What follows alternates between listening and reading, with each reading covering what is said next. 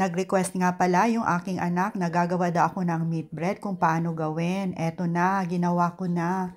At titikman nga muna natin kung masarap ba talaga. Ay, ang sarap. Mas masarap pa sa nabibili natin sa bake shop. Promise. Madali lang tong gawin. Tara, umpisahan na natin. Dito sa ating maliit na bowl, maglagay lang tayo ng warm water and then tunawin natin itong ating yeast at saka kunting sugar. At pag nahalo na, isantabi muna natin. At dito sa ating mixing bowl naman, ay maglagay tayo ng 2 cups of all-purpose flour and 2 cups of bread flour.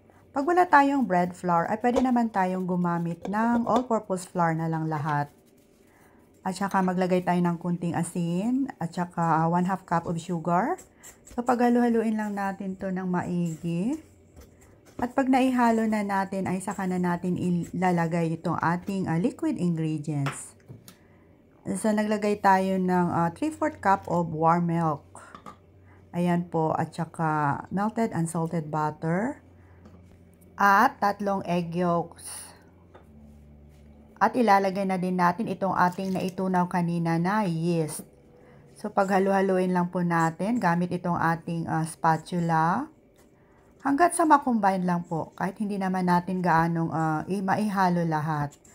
At saka ilalagay na natin dito sa ating dough mixer. Pag wala tayong mixer, ay pwede naman tayong magmano-mano. Medyo may katagalan nga lang po, pero okay lang, pareho lang naman po ang outcome. Pag sa tingin nyo ay napaka-sticky, ay maaari tayong magdagdag ng mga about 1 to 2 tablespoon of flour. Continue beating lang po ng mga about 5 minutes at pagkatapos ay tanggalin na natin dito sa ating mixer. So, i-grease muna natin ng konting oil itong ating bowl. At saka ilipat na natin itong ating dough. So, hulmahin lang natin ng pabilog. Pag ganun po ka-smooth yung ating dough ay perfect po to. Pag na-bake na natin. So, ganyan lang po. And then, i-brush natin ng kunting oil sa ibabaw. At saka, takpan muna natin gamit itong ating cling wrap. At saka, tea cloth. At hayaan lang natin umalsa ng mga 1 oras. So, habang hinihintay natin yung ating dough ay magluluto naman tayo nitong ating pang-filling ng ating bread. So, nagisa lang tayo ng bawang at sibuyas. At pag lumambot na at bumango ang mga ito, ay ilalagay na natin itong ating minced pork. Lutuin lang natin hanggat sa maging brown ang ating karne. Ayan, paghiwa-hiwalayin natin ang namumuo. At saka lalagyan na natin ng chicken cube at saka 1 star anise. And then timplahan ng toyo or soy sauce ayon sa inyong panlasa. At lalagyan din natin ng oyster sauce. At saka konting hoisin sauce. Ayan, mga 3 teaspoon lang po. And then keep on stirring lang po para hindi masunog. In a low medium heat. At saka naglagay tayo ng kunting tubig. Paghalu-haluin lang po. Pagpatuloy lang po ang pagluto ng mga about 5 to 8 minutes. At saka lalagyan natin ng konting sugar. At naglagay din tayo ng konting cornstarch na naitunaw po natin sa konting tubig. Ayan po, hayaan lang po maging mag-thickens po yung kanyang texture. At pag okay na, pwede na nating hanguin at palamigin muna. At dito naman sa ating dough, ayan po, dumoble na po yung kanyang size. At sigurado akong perfect po itong ating tinapay. So, ayan po, so punch the dough down. At pagkatapos ay hatiin na natin.